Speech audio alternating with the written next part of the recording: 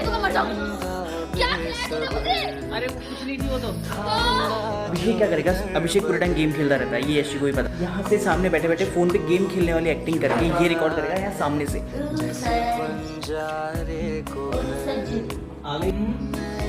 आज संडे है ना, तो मैं खा सकती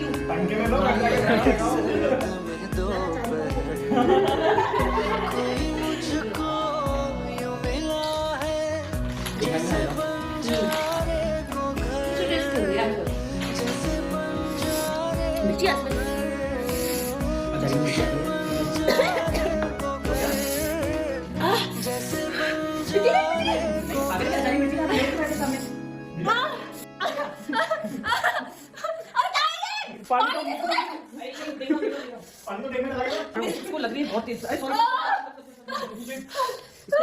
पानी लाके तो मैं मर जाऊंगी। क्या खिलाया तूने मुझे? अरे कौन?